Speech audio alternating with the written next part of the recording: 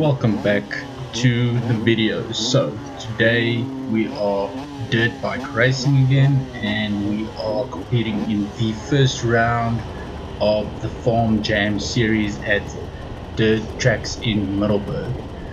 So this is a Harescramble, more fast-paced cross-country type of race.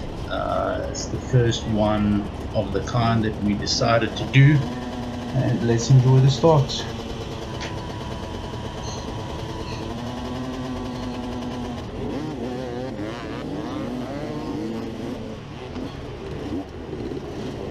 As you can see, it's complete chaos. I didn't get the best of starts, but I think after we got through this section I was about midfield. Not too bad. And this is not at all like the hard enduro stuff we usually do, so fairly new to it, but it was a lot of fun. There's a rider down already, and that guy also got pretty squirrely over there.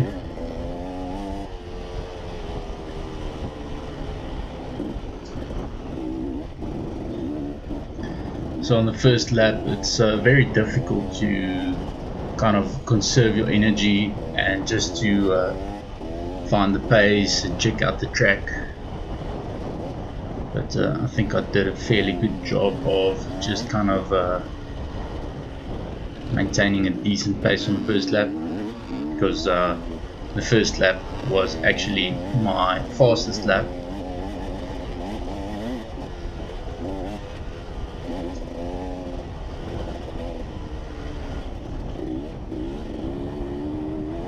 And lately I've really been enjoying the little bit faster paced stuff. Obviously our bikes are not set up for this type of riding at all.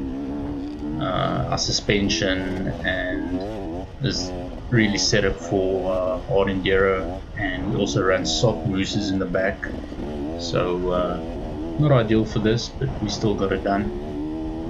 There was a lot of thrills and spills in this race. I actually broke off my clutch lever in a crash in the middle of the second lap, so that's pretty much at the end of this video. Another tumble over there. You know, the race organizers told us to stick to the cut path, because there's lurkers and ditches all over if you go off the track, but I suppose some people don't listen. Makes for good entertainment though. So yeah, so I went down about in the middle of the second lap and I broke off my clutch lever.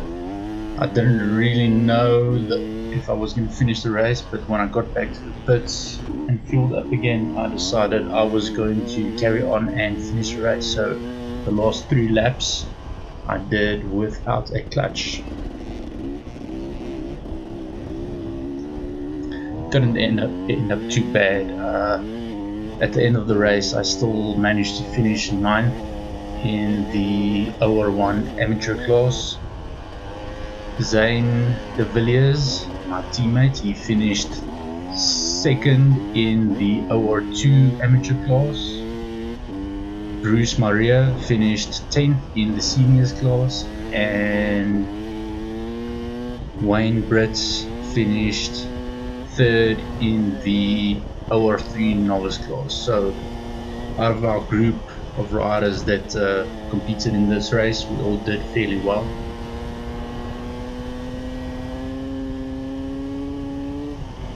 A lot of cool high-speed stuff. I just kind of cut out all the long straights because there were a lot of them.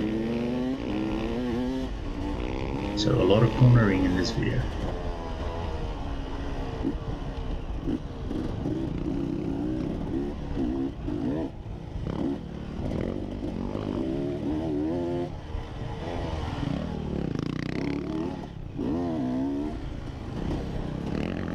Cheaters.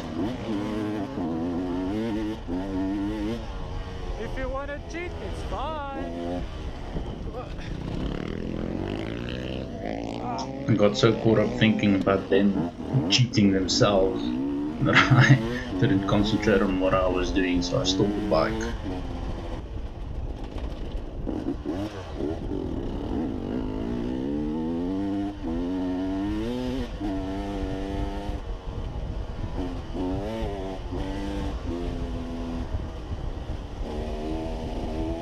So, just for interest's sake, my lap times were as follow.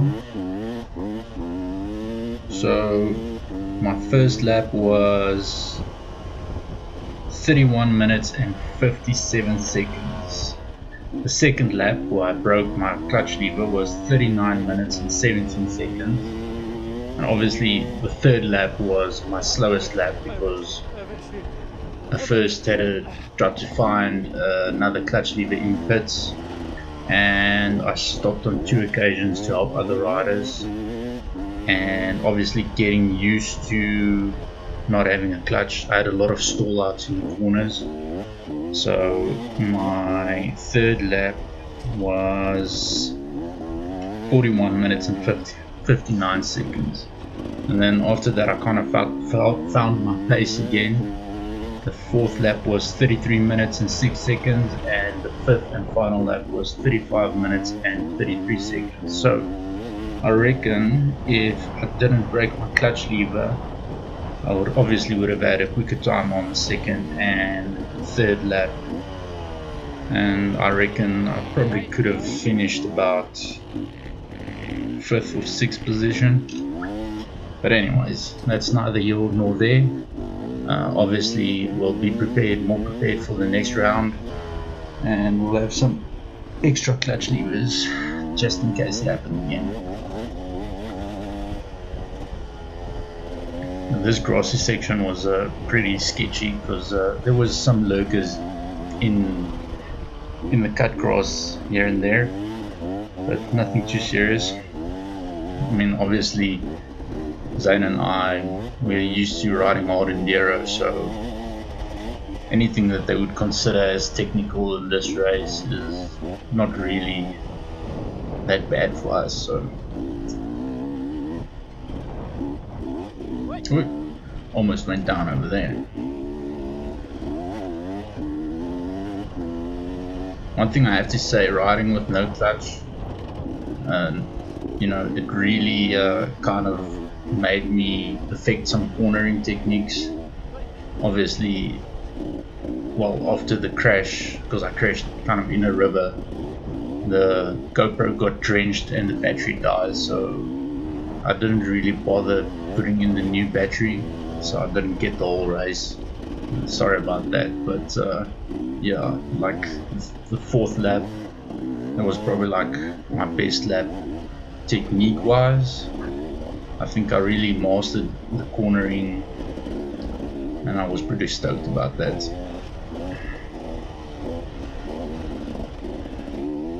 Another thing that was pretty crazy about this was the dust in some certain sections. It was a pretty windy day, but in some spots there was like dead spots where there was no wind, and that's really quite sketchy to try and push the pace if you can't see where you're going. But yeah, we tried our best, and obviously the results were great.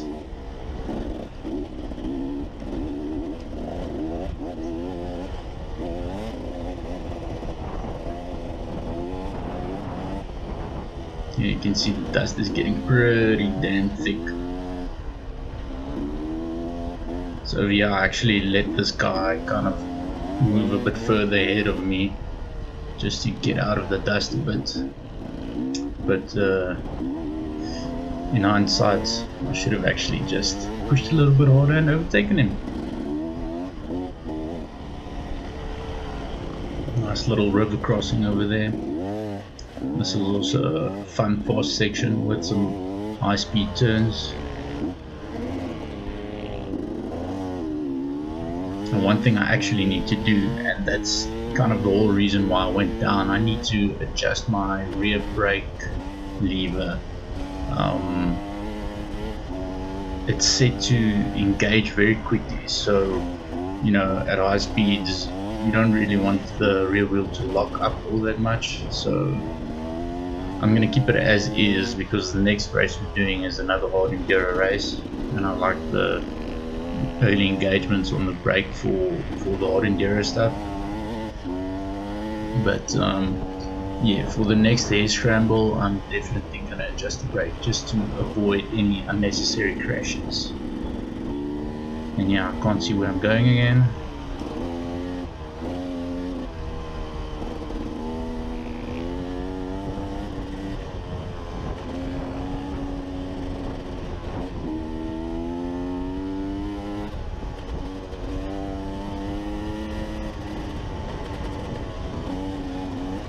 Hey, finally an overtake.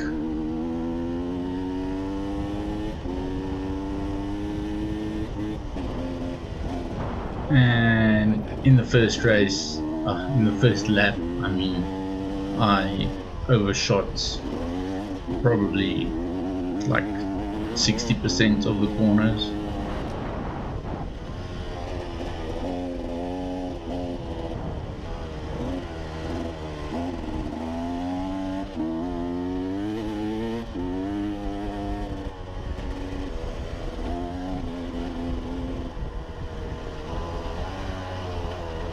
Another overtake. You see, that's what I mean about the rear brake. I barely tapped the brakes and then the rear end wants to come out on me.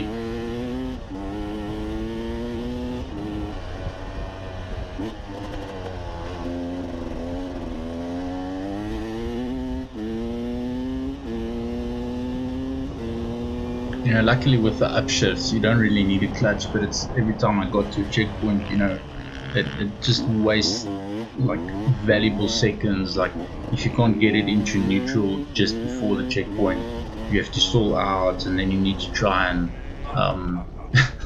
massive overshoot over there, almost went down.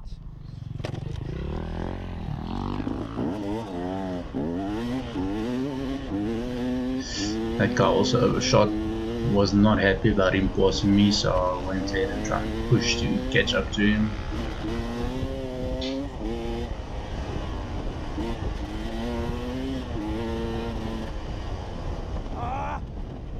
This was a fun section, but overshot the corner again. Got back on track a little bit quicker this time. Luckily I didn't stall the bike. At the end of this race we all had like chocolate faces from all the dust and mud.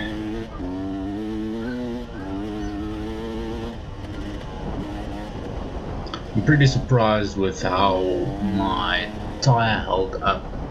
I thought that a race like this would absolutely destroy the tire. Even Zane, he was running a fairly soft compound tire, and his tire still looks very, very good. Still get at least another ride and race out of it.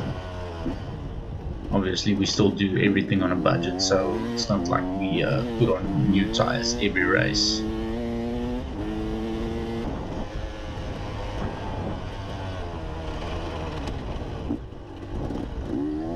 This back section was probably the second half of the track was probably my favorite part. All this grassy stuff. And obviously here the field opened up a bit, so it was not as dusty. I think that's also why I enjoyed it a bit more.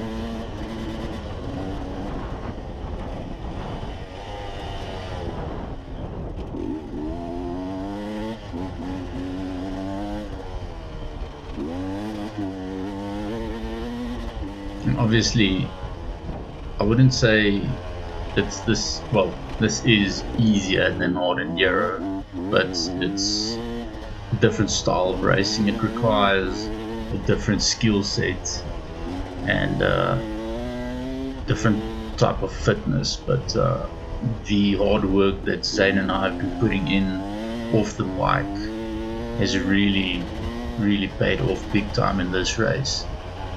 And we didn't, well, I never felt like I got fatigued at all. I never got arm bump, never really got out of breath.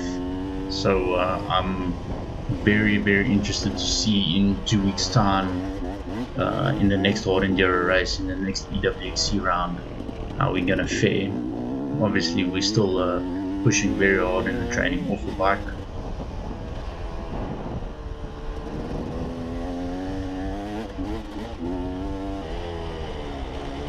And this is the river. On the second lap, I crashed hard in that river. The handlebar kind of hit me where you don't want to get hit. It impaled my genitals.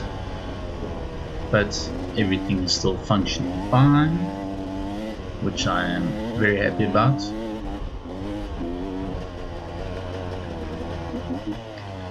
A little chicane here, just to break the speed, almost went down there again. That grass is a lot slicker than what you would imagine.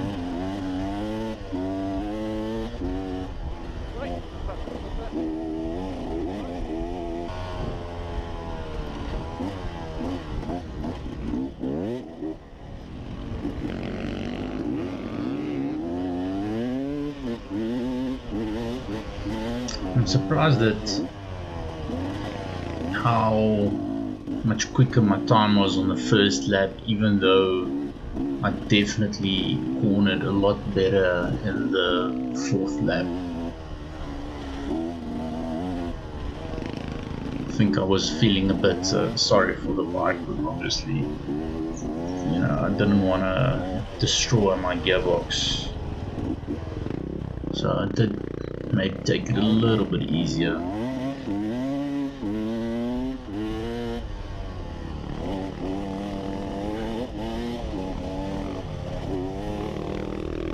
The guys on the 4 strokes, I think it's sometimes a bit difficult for them to hear the guys on the 2 strokes. Another massive overshoot. Wasn't gonna let him pass me, so I just thrashed it and got going a bit quicker again.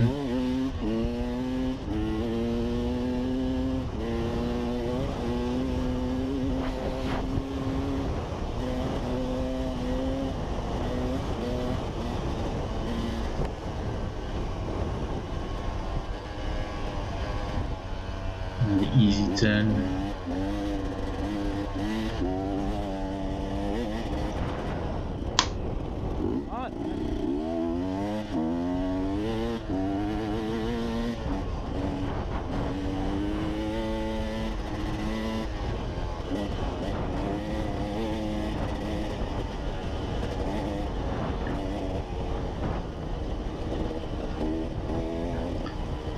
Actually, I'm pretty interested to find out how much of an improvement on the fast stuff a steering damper would make. Because on some of the fast sections, there was one like sand whoop section where it got pretty squirrely, and with all these braking bumps, it kind of throws the handlebars around a bit. They did a pretty good job just to manage that. I think kind of the fear of crashing at high speed was like extra motivation to not get out of control. Stalled out at the worst moment, but at least we got through there, or got going fairly quickly again. Now I gotta work hard again to catch up to that guy.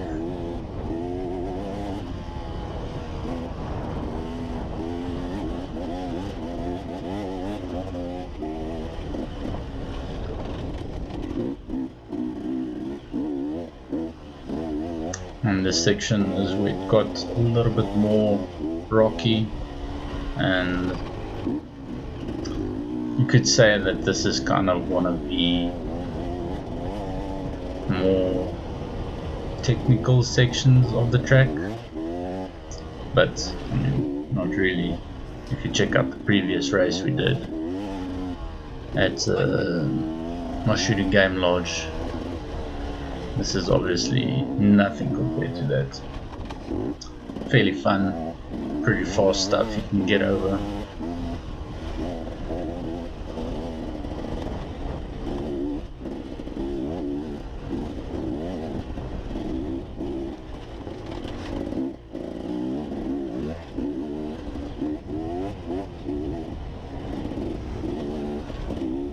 And this is still very, very, very good practice.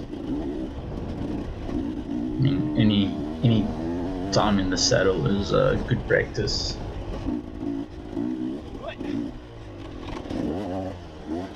Another little rocky river crossing, a dry riverbed. You can see there's a lot of rocks in the grass.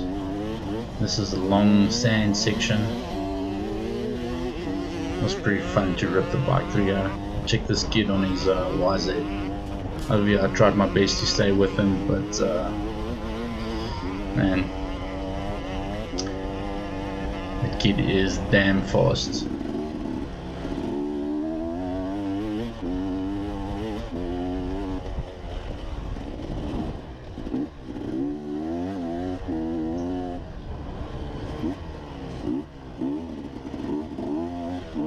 And this is where that sandy whoop section starts that I was talking about.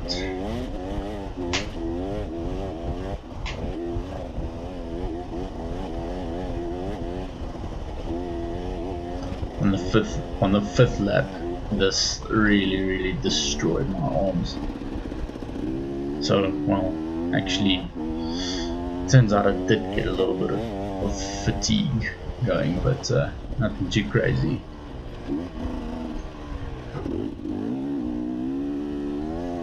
There's another little rocky section. Oh, bumped the GoPro up there.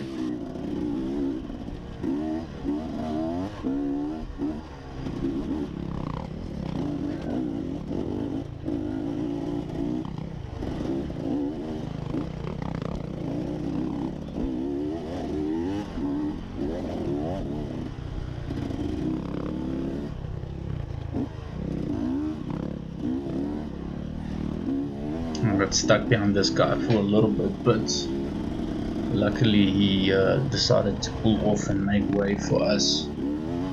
Yeah, that's a old golden rule, you know. If you hear someone behind you and they kind of pushing it, just let them pass by.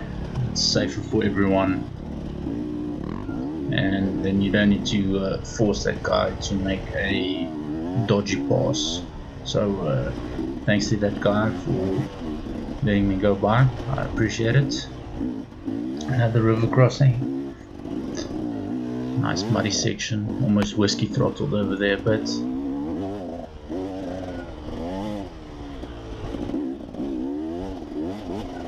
last couple of fun whoops over here, and this is the last fast back straight. And then we turn into the Enduro cross section.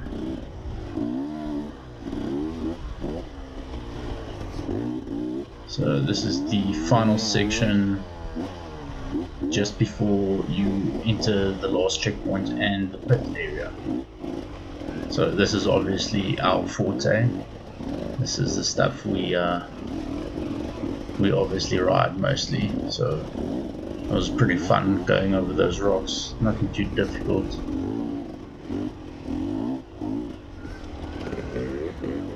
And that's the first lap done. And then you enter, well, across this little rocky hill, and then you enter the pits.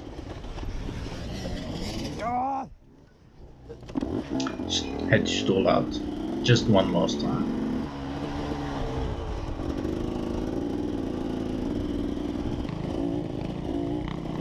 Alright, and then after going through the pits, we headed out for the second lap. So this is the last lap that I recorded, and obviously this is the lap that I crashed on. You will see that at the end of the video. I think actually on the first section of this lap, obviously it being the second lap and knowing the track now, I did go a little bit faster. So I reckon if I didn't crash, I probably would have been still around the 30-31 minute mark.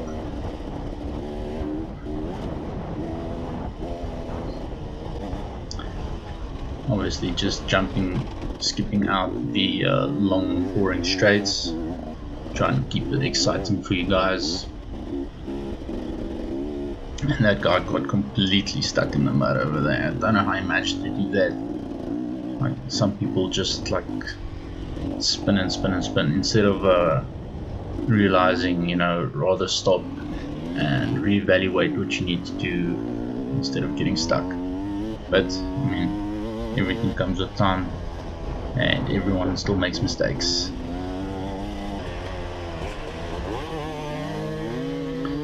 And this dude on his RM was also pretty damn fast.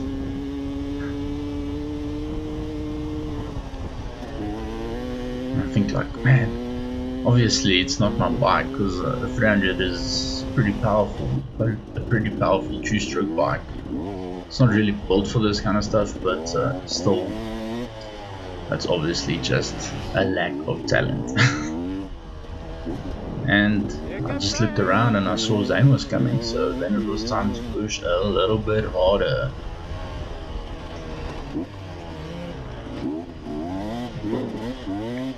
Obviously I can't let my teammate pass me.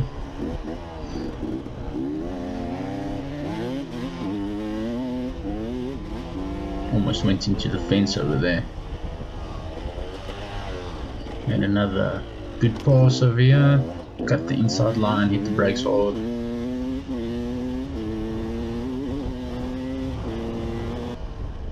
Managed to not overshoot that corner this time around.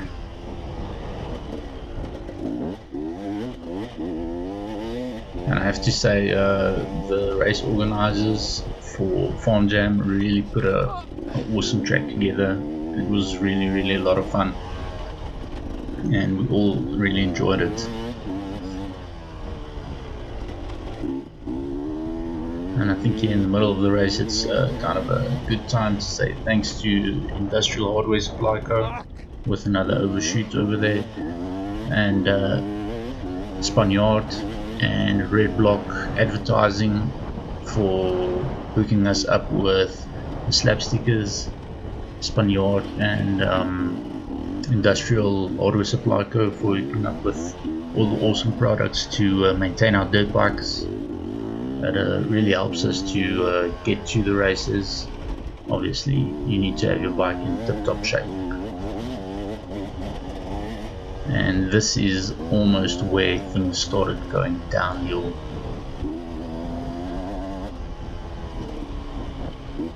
Like that mud pit like grew in size exponentially every lap, but I mean it makes sense because it's like almost 100 riders that pass through there every 30 minutes or so. Hit a big braking bump there. That's a big fucking braking bump. And obviously trying to push to get away from Zane, I made a stupid mistake and I dropped the bike. And that gave Zane the opportunity to come past me. And that small little stupid crash just threw me off my game. And in this section, trying to catch up, you know, I had to kind of remind myself to calm down and just find my pace again. And you know, trying to play catch up cost me dearly in the end.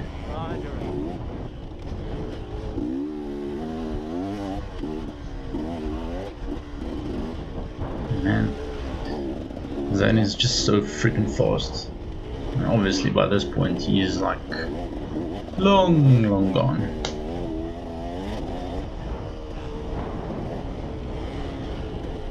But I mean, if I have to lose to anyone, losing to him, it's not that bad.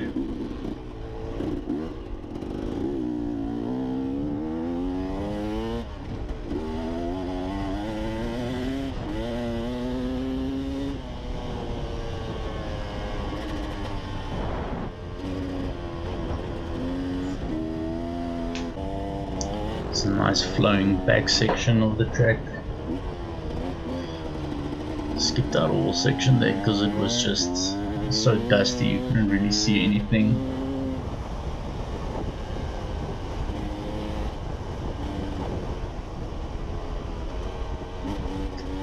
Along the straight just before the first checkpoint.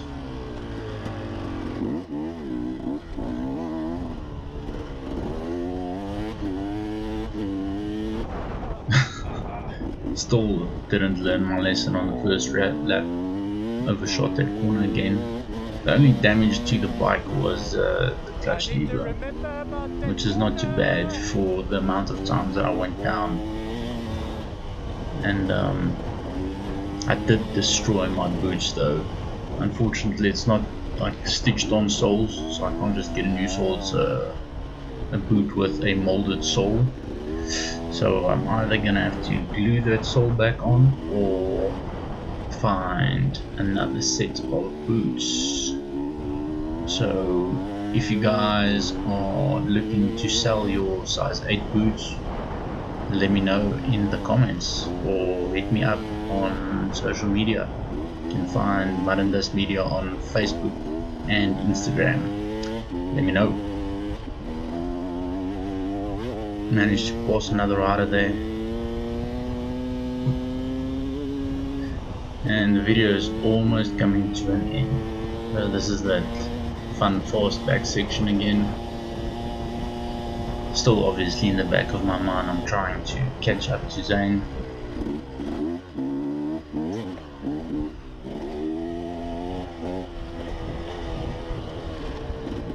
Really need to focus more on powering through the corners and kind of steering the bike more with the throttle than trying to use the brakes, because obviously I'm kind of sabotaging myself.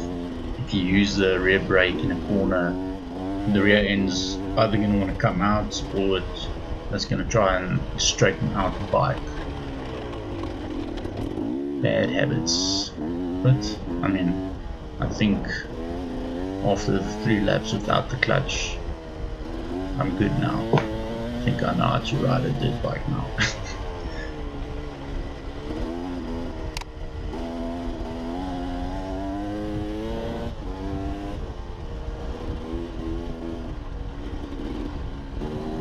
That was a pretty hard packed muddy section there that never got too loose.